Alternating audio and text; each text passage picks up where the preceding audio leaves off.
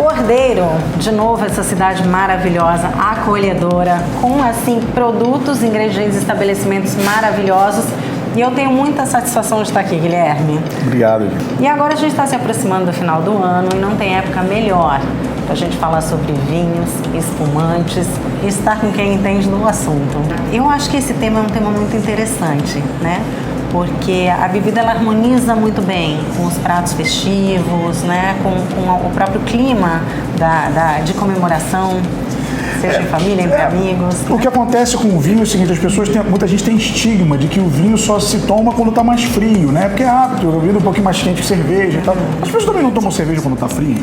Então por que também não tomar vinho? Então, né? Então, não toma o ano todo, né? Então por que também não tomar frio em ocasiões que são épocas mais quentes, por exemplo, no Natal, que é fim do ano, apesar de estar mais calor e tal, por que não introduzir um pouquinho de vinho? Tem como incluir, a gente come, por exemplo, pernil, né, lombinho, que são carnes que precisam um pouco mais de suculência, então você pode vir com um vinho tinto, que funciona muito bem. A própria a farofa que vem, às vezes vem com bacon, vem com passas, né, com mistura de ameixa, por exemplo, com coisa mais salgada, bacon com ameixa, vai muito bem com vinho tinto. Assim, são ocasiões que a gente pode incluir o vinho tinto. Você perguntou agora um pouco assim, o vinho tinto é mais pro Natal, o vinho é mais pro Natal, a gente estava discutindo isso mesmo aqui antes de começar, né?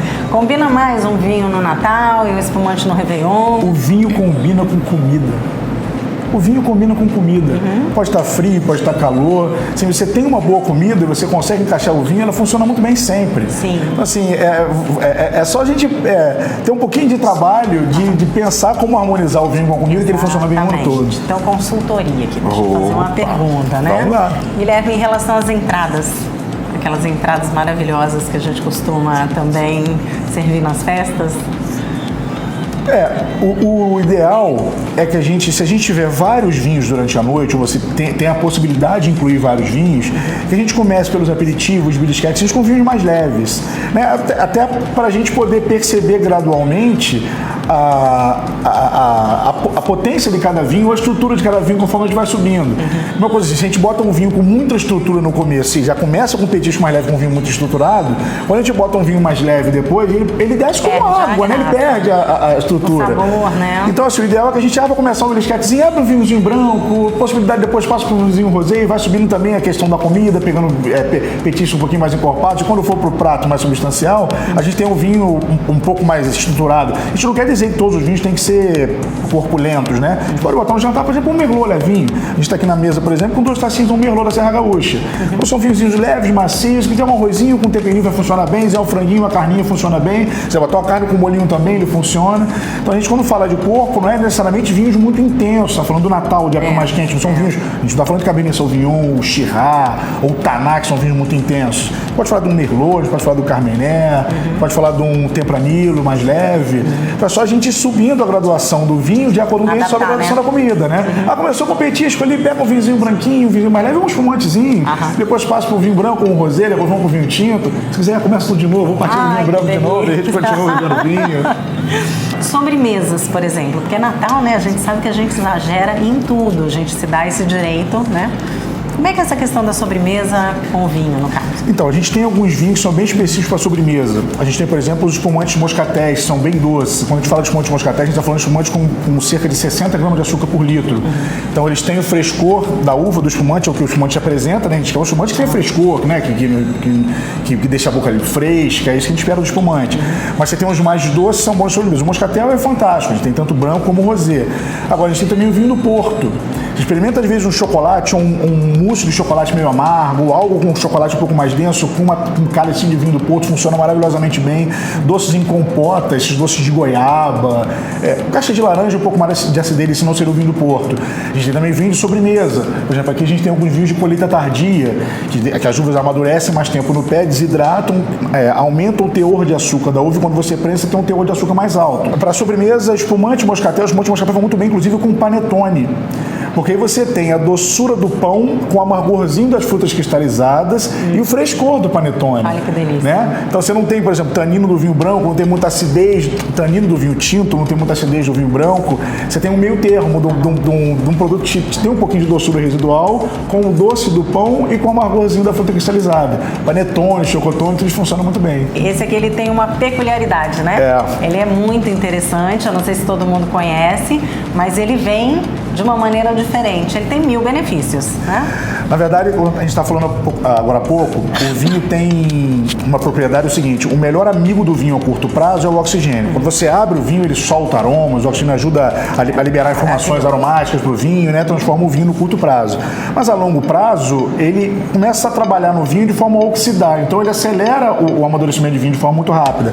Então, quando a gente fala assim, há quanto tempo eu guardo o vinho na geladeira? Um dia, 2? Eu acho que 2 já começa muito, assim. Né? Tomou uma garrafinha hoje, não vai tomar hoje, guarda até amanhã na geladeira, ele tá legal. No terceiro dia ele já começa a amargar o vinho. Esse amargor que é a oxidação, que é a deterioração do vinho nesse curto prazo. Então existem alguns formatos, por exemplo, como o bag-in-box, que é esse formato de caixinha, assim. Bacana. Né, que aqui você tem essa caixinha, por exemplo, de uma vinícola muito interessante da Serra do Vale dos Vinhedos, que é a vinícola Larentes. Para quem tiver a oportunidade de visitar lá, eu faço propaganda porque eu curto mesmo, sou amigo da família. Você abre aqui, tira a torneirinha, já vem acoplada aqui na caixinha, e aqui dentro você tem 5 litros de vinho. Vai chegar os amigos em casa para receber. Você não precisa comprar 5, 6, 8 garrafas. Uma caixinha dessa daqui dura pra caramba. É divertido, é informal. Coloca isso aqui em cima da mesa, cada um abre a torneirinha, vai se servindo. Vem aqui, ó. Isso aqui é tranquilo, cada um vai se servindo um pouquinho. E é econômico também. A gente fala em Natal.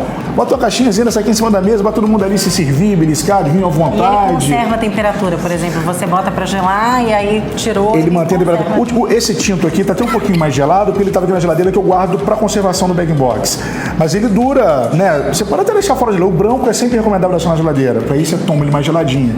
Mas o tinto, assim, bota na geladeira só para conservar. Tira lá de fora, ele vai durar 1 hora, 2 horas, na temperatura mais fresquinha. Então eu acho uma belíssima opção, assim, e eu divulgo, tem muita gente que tem preconceito com formatos diferentes, né?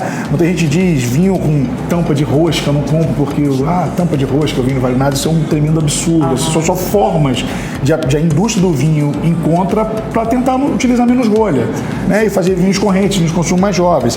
Isso aqui é para informalidade, vamos para um churrasco, leva uma caixinha dessa, um jantar com os amigos, noite de Natal, vamos abrir uma caixinha dessa aqui, todo mundo vai bebericar e beber vinho à vontade. É maravilha. Eu acho uma bela opção. E é um vinho redondíssimo. Se quiser experimentar, a gente fica à vontade. Dicas do Guilherme aqui em Pó de Serra Viva. Sucesso.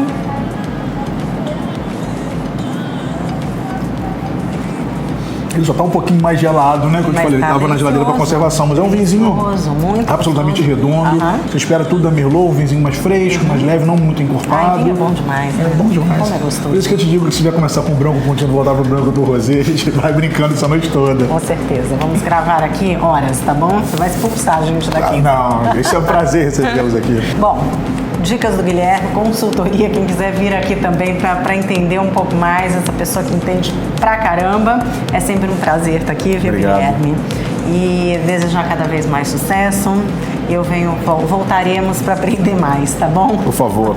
A casa, eu digo que a casa não é minha, a casa é nossa, porque a partir do momento que a gente abre isso aqui de porta para a rua, a gente espera que as pessoas venham para cá sempre e voltem mais vezes. Com certeza. Aqui é um arraso. Beijo, tá? Obrigado, beijo a todos.